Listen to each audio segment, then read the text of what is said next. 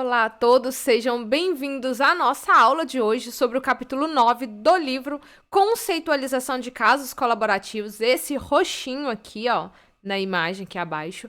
O livro foi escrito por Kuchen, Padesky e Dudley, e o tema deste capítulo é falando sobre a avaliação do modelo. Qual modelo é esse? Do modelo de conceitualização de casos que nós estamos estudando aqui durante esse livro, tá bom? Antes de iniciar, aquelas regrinhas de toda a aula, né? Não é um audiobook, é um estudo aqui sobre os principais pontos do livro. Nós estudamos um capítulo por semana, são 9 capítulos, então hoje é a nossa última aula sobre este livro, tá? Nossa aula número 9. É uma aula, gente, então não tem como ser algo rápido. Embora vocês já perceberam aí que eu tento ser mais breve, aí guardando 40 a 50 minutos. Claro, como a aula passada, por exemplo, passei um pouquinho, foram 55 minutos, mas como eu disse, é uma aula, então não tem como ser muito objetivo, então, embora eu estou aqui me esforçando para ser objetiva, tá?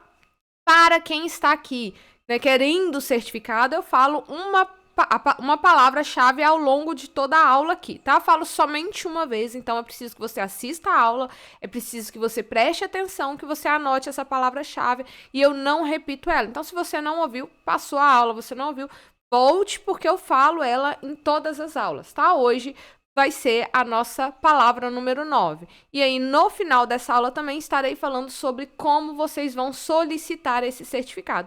Não sei exato quantas horas foi no total, mas depois eu faço essa conta e geralmente nós fazemos com um certificado de participação de 10 horas, porque geralmente é o que eu gasto aqui durante essas aulas, tá? Vou fazer depois as contas, essa vai ser um pouco menos, mas eu confirmo e coloco no grupo, tá?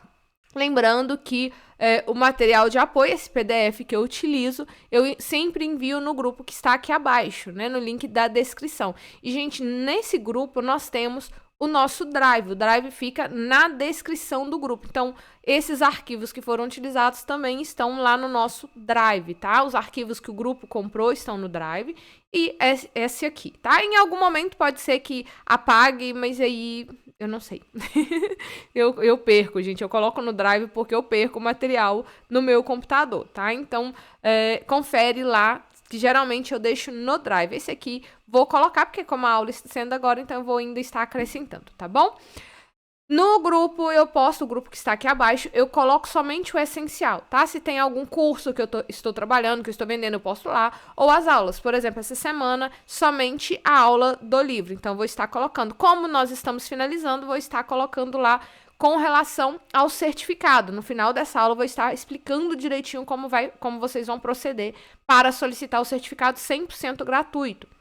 Então, assim, vou estar postando por um tempo sobre o certificado. E, claro, nós vamos ter um período mais em silêncio, porque enquanto vocês estão nesse período para solicitar certificado, eu não estarei postando um novo grupo de estudo. Vou estar postando outros conteúdos, vou estar postando outras aulas gratuitas, vou estar postando ali conteúdo para compartilhar, né, para acrescentar e para ajudar no conhecimento de vocês, mas um grupo de estudo eu vou postar após a solicitação desse certificado, porque eu gosto que vocês participem, eu gosto que vocês assistam com calma e eu quero realmente ajudar todo mundo aí, tá bom? Então vamos entrar aqui no capítulo 9, o último capítulo do livro. Vou estar, como eu falei, tentando revisar aqui, mas como eu sempre recomendo, gente, leiam, né? Não se prendam somente a assistir aqui a aula que eu estou postando, mas leiam um capítulo do livro para fazer mais sentido aquilo que eu falo, porque eu faço um resumo. Então, como é um resumo, eu acabo não tendo como falar tudo, né? Eu coloco aqui as partes que eu considero mais importantes, tá bom?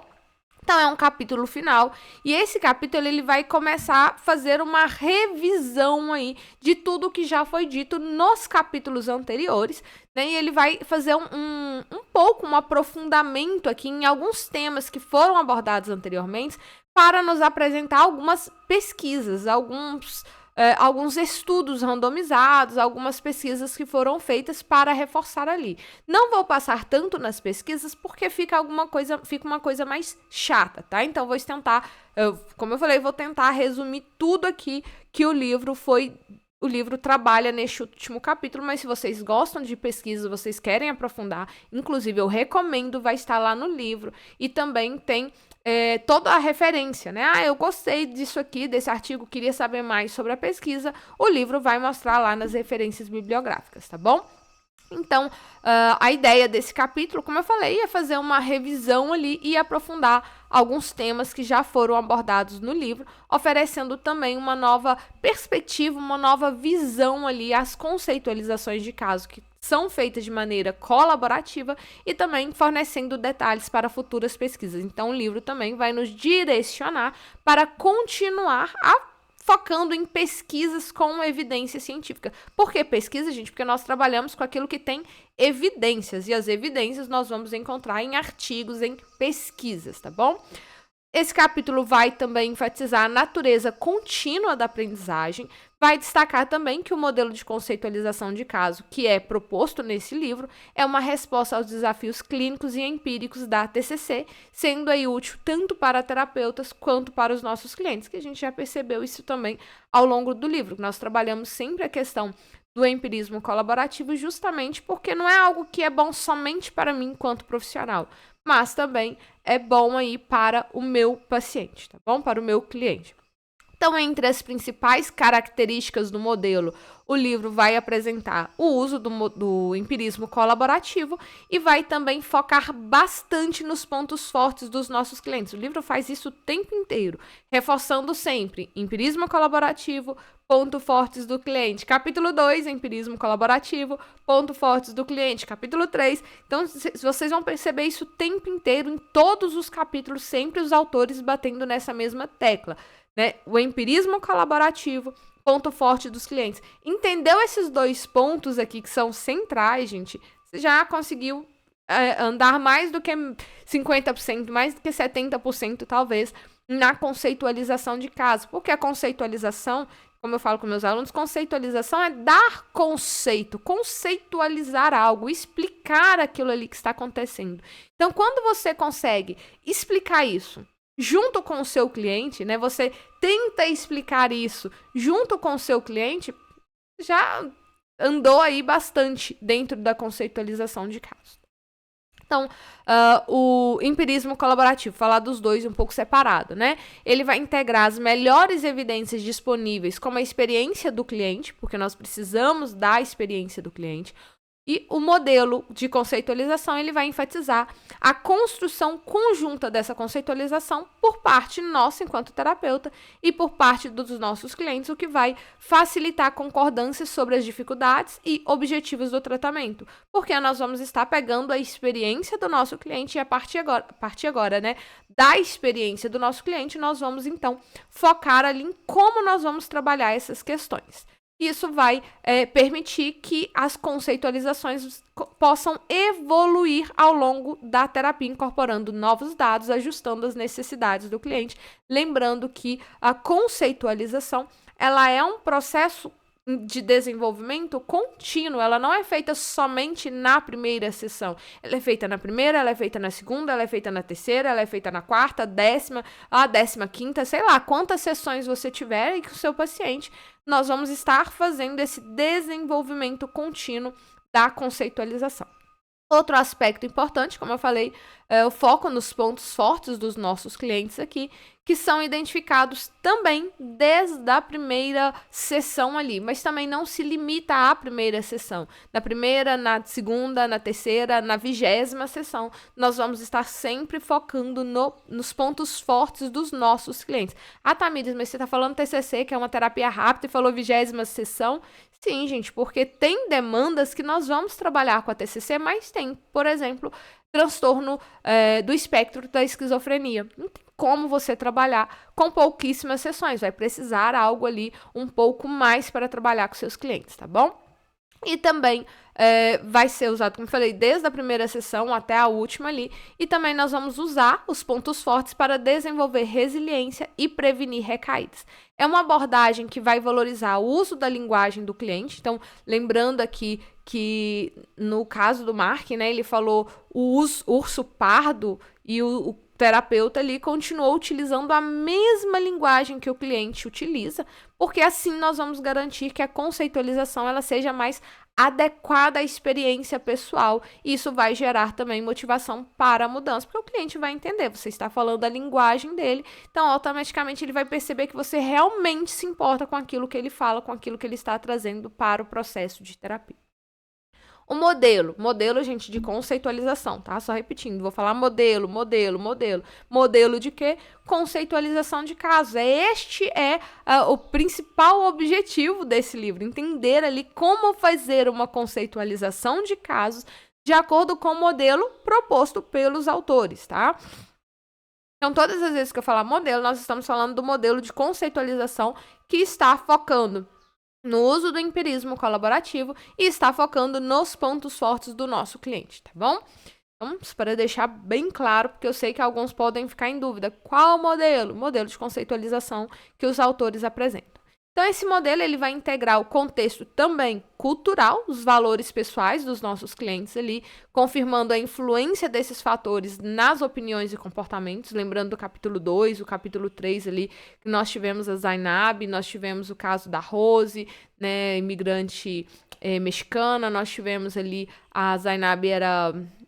esqueci agora, né, ela é Islã, né, ela é do Islã. Então, assim... temos aqui várias culturas, tá?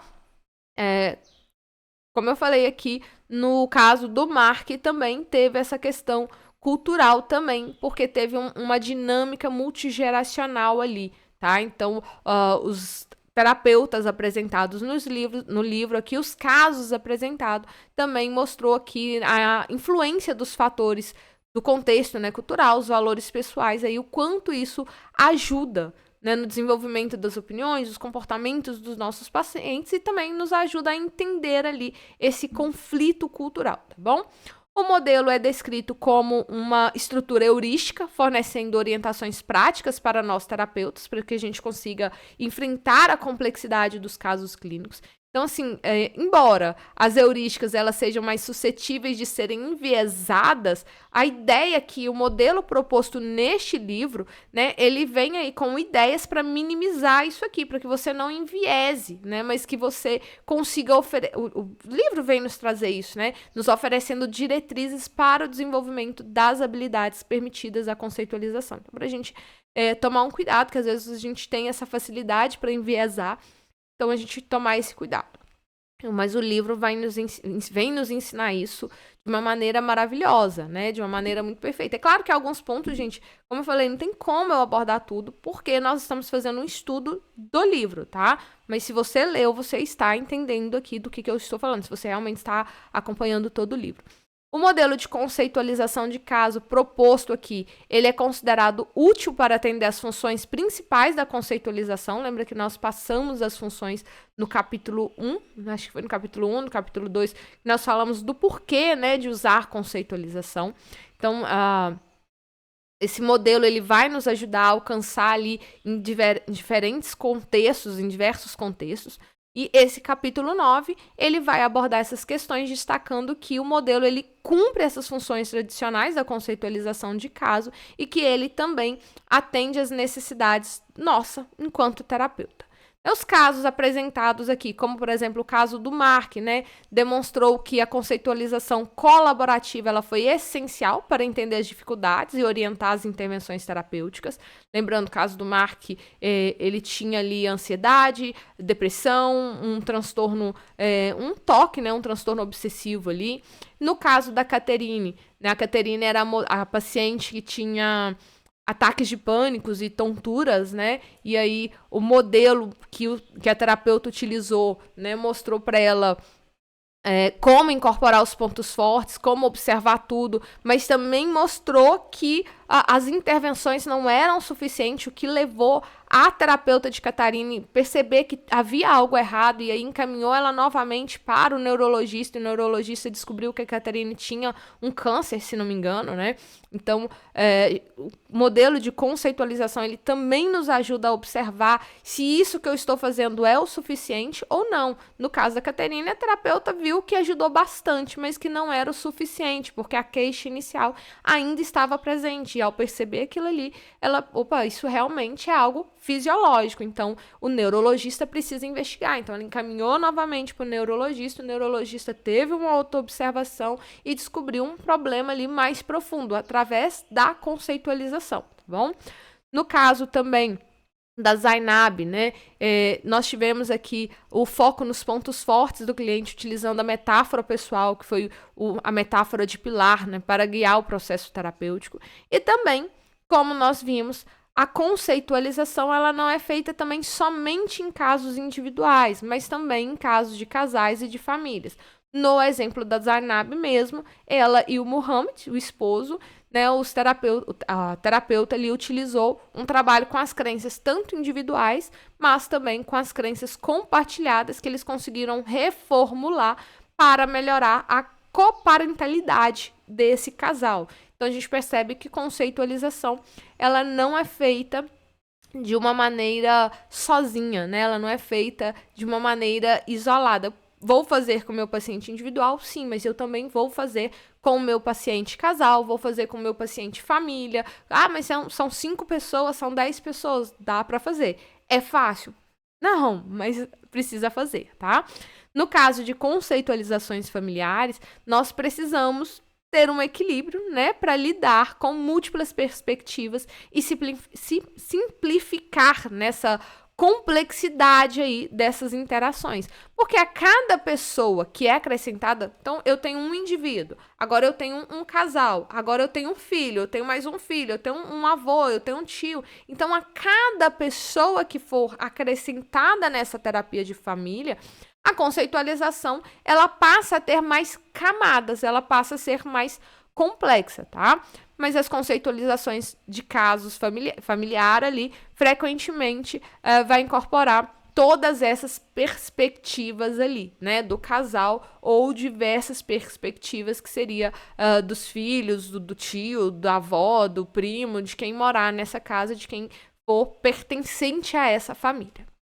Terapia familiar nem sempre é só literalmente a família, tá? Às vezes, por exemplo, um casal que mora com um amigo que mora com um casal, ou amigos que moram junto e às vezes aqueles amigos precisam fazer terapia para lidar. Então, é uma terapia de casal, mas para amigos, é uma terapia familiar. Então, às vezes, nós precisamos sim entender isso aqui, tá? O modelo também vai se estender para contextos onde os clientes não podem colaborar diretamente. E aí, este capítulo 9, eles vêm nos trazendo mais um estudo de caso, que é o George, né? O George, ele é um paciente que tem demência, então não tem como ele trabalhar de maneira colaborativa para fazer a conceitualização de caso. Então, no exemplo dele, a equipe de apoio, né, os médicos, enfermeiros, os estagiários, todos os profissionais ali juntos e juntamente com a família vão trabalhar em equipe para entender o comportamento que ele apresenta com base nos padrões anteriores, nos padrões antes. O que o George fazia antes de apresentar essa demência? Como ele era, quais eram as preocupações dele, quais eram os desejos dele, o que ele gostava de fazer. Então, isso também ajuda ao terapeuta, né, a equipe ali, a ter uma abordagem mais empática. No caso do George, ele sai apagando as luzes, verificando todas as portas de madrugada, batendo as portas. E aí, ao investigar com a família, ao investigar todos os comportamentos passados, entendeu que ele tinha uma preocupação. Né? No caso dele, ele estava se preocupando com todas as pessoas que estavam ali no hospital com ele. Então, ele fechava a porta, não era para incomodar, ele fechava a porta para ter certeza que aquelas pessoas estariam em segurança. Então, eles conseguiram alterar as intervenções, focando o quê? Já que ele quer que todo mundo esteja em segurança, o que eu posso fazer juntamente com ele para que realmente a gente garanta que as pessoas estejam em segurança. Então, isso tornou um ambiente muito melhor, tá?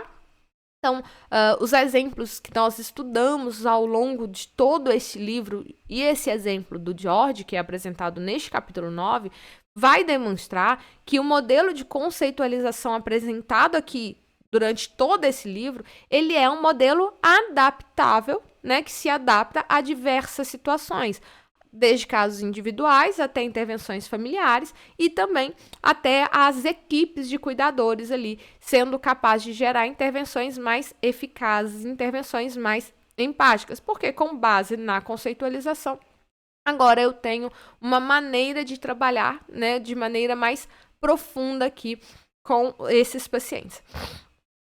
O modelo de conceitualização de caso na TCC, ele precisa ser avaliado tanto de forma conceitual como também de forma empírica, tá? Então, tem 2 grupos de critérios relacionados que os autores vão trazer aqui. Eu vou fazer um resumo falando sobre eles, né? O primeiro modelo é esse conceitual, que é descrito por Ellis, né? Que são os desafios dialéticos ali. E o segundo modelo é o empírico, que conduz à agenda sugerida de pesquisas, tá? Então, eu vou falar sobre a dialética. A dialética, nós temos, então, o modelo conceitual, tá? Quando eu falar aqui na próxima slide, né, que são o modelo dialético, nós estamos falando do modelo conceitual. E quando nós falarmos do modelo empírico, nós vamos estar falando das futuras pesquisas aí, tá bom?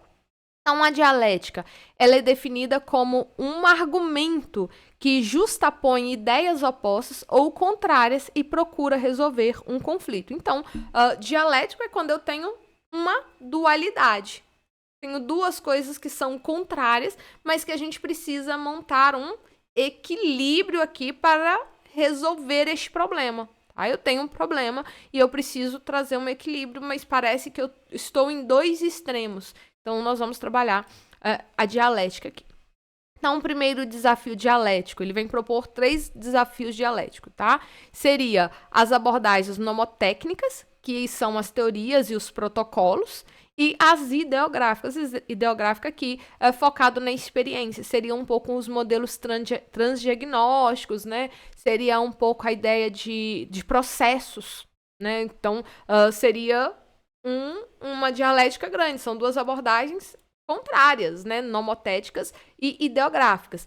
Então, assim, é muito comum, gente, como eu falei, vou fazer um resumo, tá? É muito comum que tem terapeutas aí que vão se apoiar de maneira rígida, né, na questão dos protocolos, que não é ruim, mas aí a gente entra lá naquele dilema do Procrusto, né? Lá no primeiro capítulo, onde ele cortava parte das pessoas e fazia as pessoas se encaixar no protocolo, e aí por isso que a gente precisa fazer o equilíbrio, porque não é eu pegar um protocolo à risca e obrigar o meu paciente a entrar dentro desse protocolo, e também nós temos, porque isso, de certa forma, né, vai ser rigoroso demais. E, por outro lado, nós temos alguns terapeutas que vão priorizar os relatos individuais do nosso cliente, o que vai também limitar o uso da TCC. Então, eu tenho 2 extremos. Eu pego o meu paciente e ouço o problema dele, limito ali em toda a subjetividade dele, ou eu pego o meu paciente e encaixo dentro desse protocolo e ignoro a subjetividade do meu cliente, do meu paciente, tá? Então, a ideia dentro do modelo aqui é justamente fazer o quê? Um equilíbrio entre essas 2 questões, né? Pegar o protocolo, mas não esquecer da subjetividade do nosso paciente. E dentro da conceitualização, por isso que a conceitualização de caso, ela é extremamente importante dentro do processo de terapia. Então, não é porque eu tenho o protocolo que eu vou ignorar a subjetividade do meu paciente. Porque se fosse somente seguir um protocolo à risca, eu não precisaria ser terapeuta. Qualquer pessoa poderia pegar o protocolo e aplicar ali naquela pessoa e pronto, resolver o problema. Seria muito simples, é só pegar isso aqui, 2 mais 2 é 4, ponto, acabou.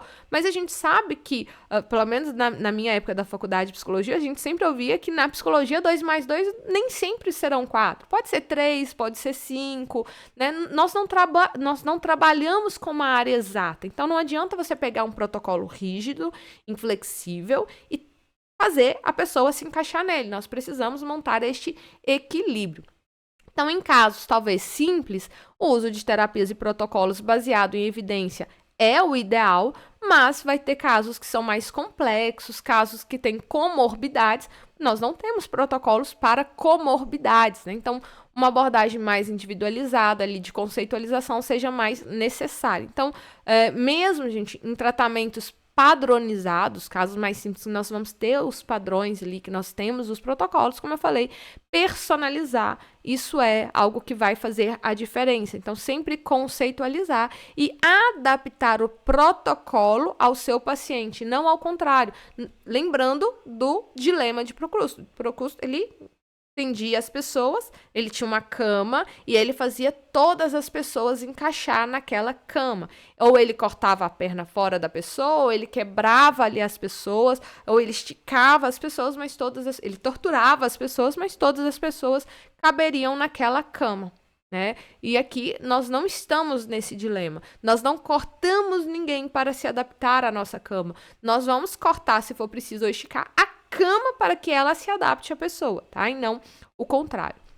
O segundo desafio aqui é a complexidade e a simplicidade. E aí nós passamos, né? Porque tem nos capítulos passados justamente falando sobre isso, porque tem conceitualizações de casos que são muito complexos. E isso pode confundir tanto nós, terapeuta, quanto pode também confundir o nosso cliente, mas também nós temos alguns modelos que são mais simples, que podem ignorar alguns aspectos que são essenciais, que são fundamentais. Então, o que a gente precisa é buscar também um equilíbrio aqui, né, uma conceitualização mais pragmática, mais específica, que evita um pouquinho um foco demais em certas dificuldades, mas também que não omita informações relevantes. Então, não é focar demais nisso e ignorar isso, mas montar um equilíbrio perfeito entre a simplicidade e a complexidade. Então, a gente precisa fazer essa transição desses modelos ali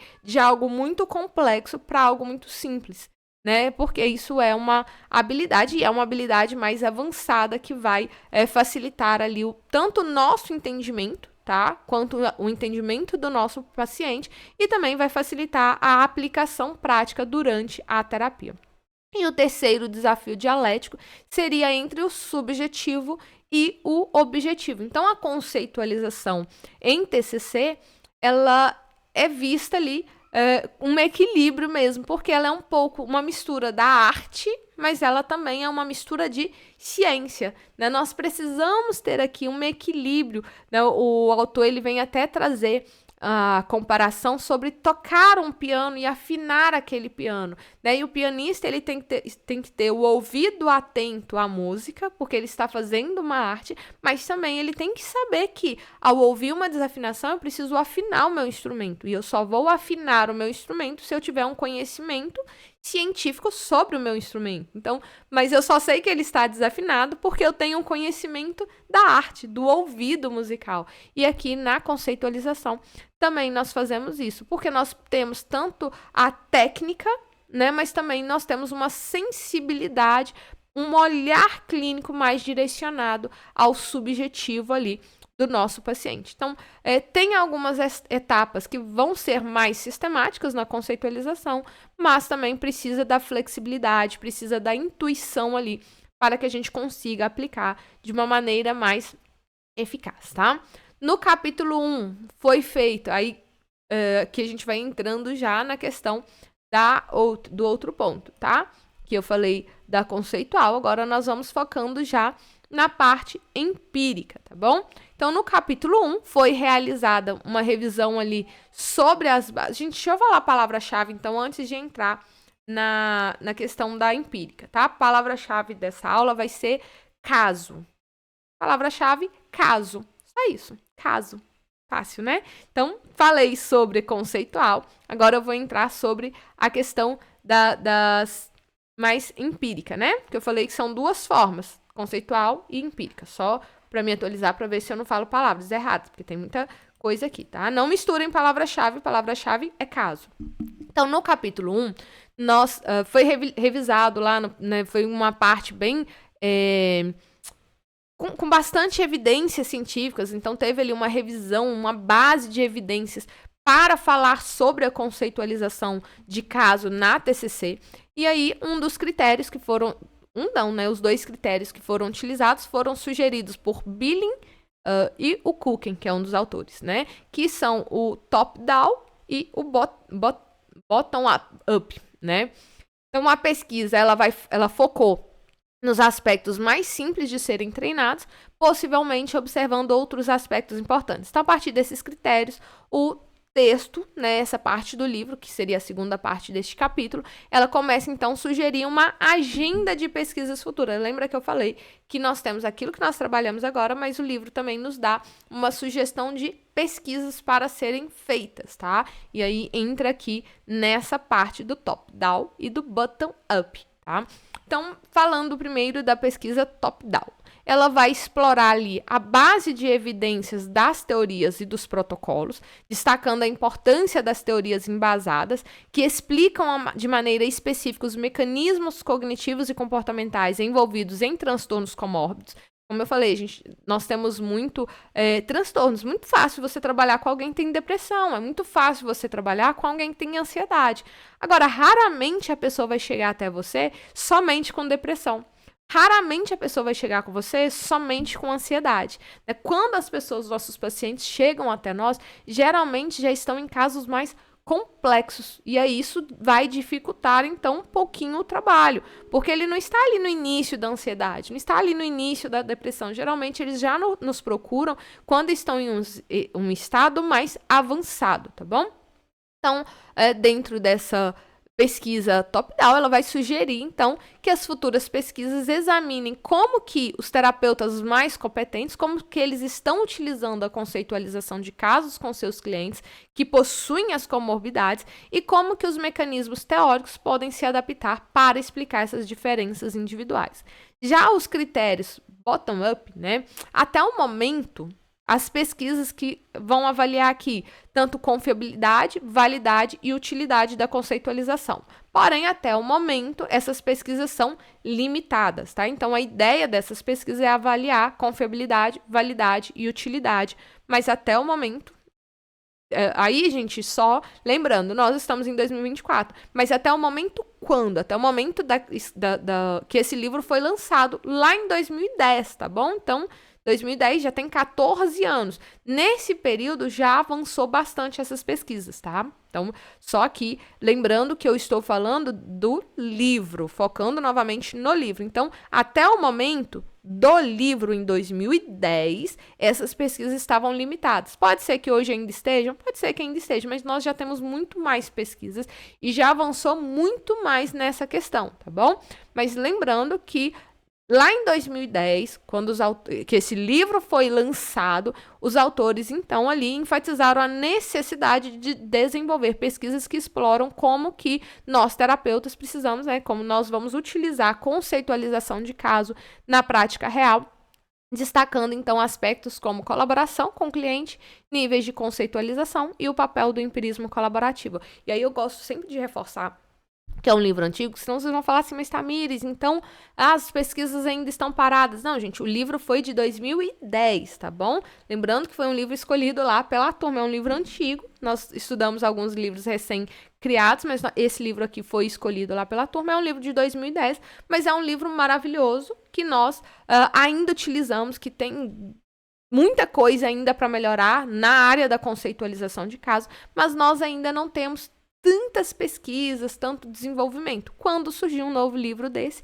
eu espero que surja em breve, e nós vamos fazer novamente um estudo mostrando as evidências mais atualizadas, tá bom? Então, aqui eu estou só apresentando aquilo que o livro nos traz, e aí eu vou estar sempre enfatizando que é 2010, para que vocês saibam que durante esses 14 anos, muita coisa mudou, tá? Em relação à pesquisa. Na prática clínica, infelizmente, isso aí não teve muita alteração, não, tá? Nós ainda estamos em 2024 e tem muitos terapeutas que se dizem TCCistas e não fazem conceitualização de caso com seus pacientes. Você ainda não faz conceitualização de caso com seu paciente, você precisa estar examinando se você realmente é um TCCista, tá bom? Então, voltando aqui no capítulo do livro, por isso que eu falei, é um livro de 2010, mas que se aplica a 2024, já que muitos terapeutas não utilizam, tá? Voltando, então, ao livro, tem uma necessidade, né? Os autores vêm nos trazer que há ainda necessidade de criar medidas psicométricas consistentes para avaliar a qualidade das conceitualizações.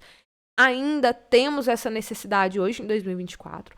Né? Lá em 2010, houve 2 tentativas que foram feitas por Elwes, Culkin e Fothergill, né, e outros colaboradores, e eles desenvolveram sistemas de avaliação que enfatizam parcimônia, coerência e adequação das conceitualizações. No entanto, naquela época, o texto, né, em 2010, vai sugerir que existem medidas mais simples que podem ser utilizadas. Mas, como eu falei, o livro foi de 2010, mas até o momento nós ainda precisamos de pesquisas mais consistentes para trazer mais segurança, talvez, para os terapeutas utilizarem aqui, tá bom? O texto deste livro também vai explorar alguns fatores que influenciam a qualidade das conceitualizações de caso, fatores como competência do terapeuta, a experiência, o treinamento, né, a questão da supervisão, se você faz ou não supervisão, tudo isso vai influenciar a qualidade da conceitualização. Nós também temos fatores dos nossos clientes que vão também contribuir para a qualidade da conceitualização, por exemplo, complexidade da apresentação, motivação para a terapia, se o paciente está motivado ou não, né, o grau de sofrimento, a predisposição psicológica e tem outros fatores aí. E aí o livro vai sugerir que, nesse caso, o empirismo colaborativo pode ajudar a minimizar os preconceitos na tomada de decisões clínicas. A pesquisa também ela deve investigar como que o treinamento e a supervisão impactam a qualidade das conceitualizações, então também precisa ter uma pesquisa que já tem, né? A gente já tem muita coisa falando sobre a supervisão, inclusive tem um livro verdinho, se não me engano, tá aqui na minha prateleira, mas está virado, não consigo ver se é o livro, ou se é o verde ou se é o branco, que fala justamente sobre a questão da supervisão, né? Como que uma boa supervisão ela vai estar mexendo de criando um impacto muito positivo na questão dos nossos resultados em terapia. Então, o modelo também proposto nesse livro vai sugerir que a concordância entre terapeuta e o cliente é o principal teste de confiabilidade, validade da conceitualização. Nós estamos falando sempre da colaboração, né? Então, o texto vai discutir a importância de medir se a conceitualização ela está alinhada com a teoria disponível, com a experiência do cliente. Então, preciso estar sempre verificando se isso faz sentido. Né? Também vai avaliar se há uma concordância entre terapeuta e o cliente e se essa concordância ela é mantida ao longo do tempo. Então, você e seu paciente estão concordando, vocês estão falando a mesma linguagem. Então, a ideia é que a pesquisa ela mostre se isso tudo realmente está fazendo diferença no resultado que você vai estar alcançando com o seu paciente, tá? Como eu falei, tem muita coisa aqui que já tem pesquisas que comprovam isso aqui. Nós estamos falando de 2010. 2010 já tinha pesquisas mostrando que conceitualização é essencial. Hoje, em 2024, nós temos aí, vou falar 100% de certeza, porque trabalhamos com ser humano, então nunca tem como ter 100% de certeza. Mas nós já temos inúmeras pesquisas mostrando que, sim, conceitualização de caso faz toda a diferença. Quando você faz ela de maneira colaborativa, sim, ela faz toda a diferença. Quando o terapeuta, ele tem ali a supervisão de caso com um profissional mais experiente, quando ele tem ali consultoria com outros colegas, isso também vai influenciar de maneira positiva com seus pacientes, tá? Então, nós já temos muitas pesquisas aqui que mostram que isso aqui já evoluiu. Só reforçando que eu não estou trazendo essas pesquisas porque é algo seria um estudo, uma pesquisa, além do que o livro nos oferece. E a ideia é que o objetivo é fazer o estudo desse livro, tá? Então, em outras aulas depois, como eu falei, nós já estamos finalizando este livro, em outras aulas depois, antes de iniciar qualquer outro estudo de livro, eu posso estar trazendo aqui alguns conteúdos diferentes para você. Inclusive, já deixo lá, vocês têm ali o meu contato no grupo, né? Vocês podem mandar mensagem lá no contato, que está como ADM nos grupos, gente. Vocês podem entrar em contato no PV e sugerir, olha, por que a gente não estuda esse livro? Olha, faz um estudo sobre tal tema, que eu estou aberta aí para que a gente consiga fazer, tá bom? E aí, finalmente, né, finalizando aqui nosso capítulo, o texto vai questionar como a conceitualização ela influencia os processos e os resultados na terapia. Então, questiona, ele vem trazer só os questionamentos, né, para gerar novas pesquisas ali, novos estudos. Então, uma agenda de pesquisa, ela poderia futuramente examinar, né, essa agenda, gente, seria as novas pesquisas, tá?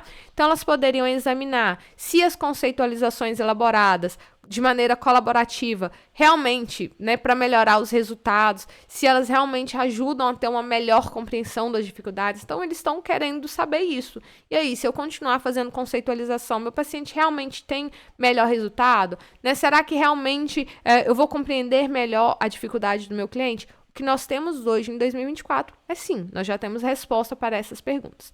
Então, em suma aqui, essa parte, essa segunda etapa aqui do livro, né, propõe, então, uma agenda de pesquisas detalhadas para que possamos aprimorar a conceitualização de casos. Eu falo, gente, porque nós, enquanto profissionais, nós precisamos estar também lembrando que eu não sou simplesmente uma terapeuta, eu sou ali uma cientista que estou buscando o melhor para esse paciente.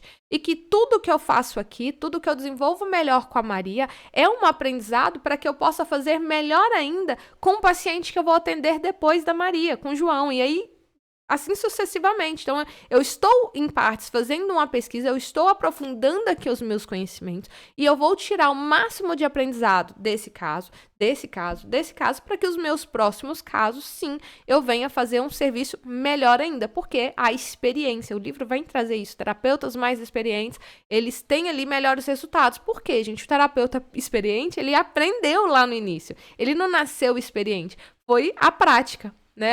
Ele tentou, ele errou, ele aprendeu que errou e consertou o erro. É isso que me faz um terapeuta experiente. Não é o tempo de carreira, ter 10, 20, 30 anos que me faz ser um terapeuta, mas é eu estar colocando aquilo ali em prática. Isso que me dá a experiência.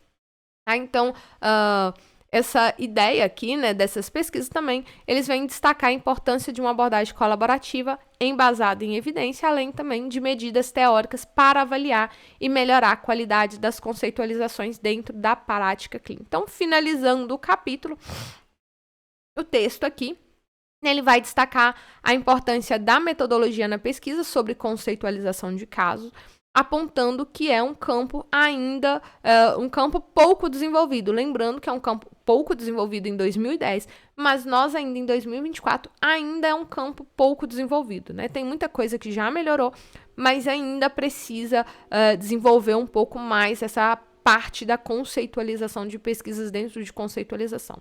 A pesquisa ela deve considerar fatores contextuais importantes, como a aliança terapêutica, a execução competente das disciplinas. Eu sempre falo sobre aliança terapêutica, não só nesse livro, mas em todos os outros que nós fizemos. Já bati muito nessa tecla, porque precisamos de ter uma aliança terapêutica bem sólida.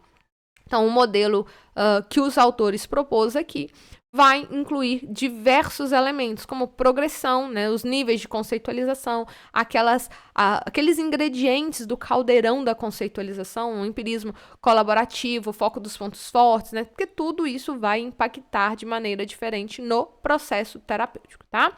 Uma pesquisa, ela precisa de medidas psicométricas consistentes para avaliar tanto a conceitualização quanto o processo e os resultados da terapia, levando em conta ali a experiência do cliente e do terapeuta.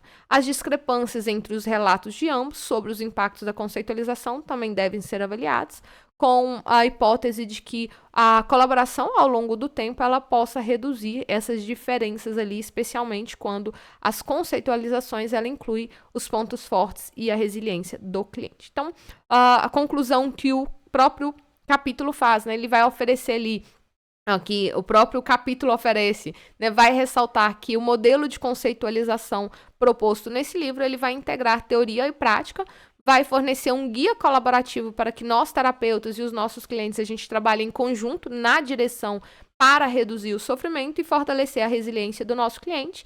E o texto também recomenda a adoção de práticas baseadas em evidências, que é o que nós fazemos o tempo inteiro aqui em todos os nossos grupos de estudo, e também personalizar as dificuldades, os pontos fortes do nosso cliente como uma forma de melhorar a eficácia da TCC, e assim a gente finaliza esse capítulo. Eu tentei resumir aqui, porque é um capítulo que vai nos trazer muitas pesquisas, tá? E muita sugestão de pesquisa, e nós, enquanto profissionais, nós precisamos aqui estar atento a essas questões de pesquisa, tá Bom, então, finalizando, gente, esse livro, eu espero que vocês tenham gostado. Falei 9 palavrinhas-chave, né? Anotem as palavrinhas-chave. Se você gostou desse livro, gente, desse capítulo, dá um joinha nas aulas, né? Isso me ajuda, mostra pra mim que faz sentido pra vocês. Deixe comentários se fez sentido ou não, se fica confuso ou não. Deixe os comentários, isso me ajuda bastante também, porque aí me mostra que vocês têm interesse, que vocês estão gostando, e aí me incentiva. Igual agora a gente finalizou o livro.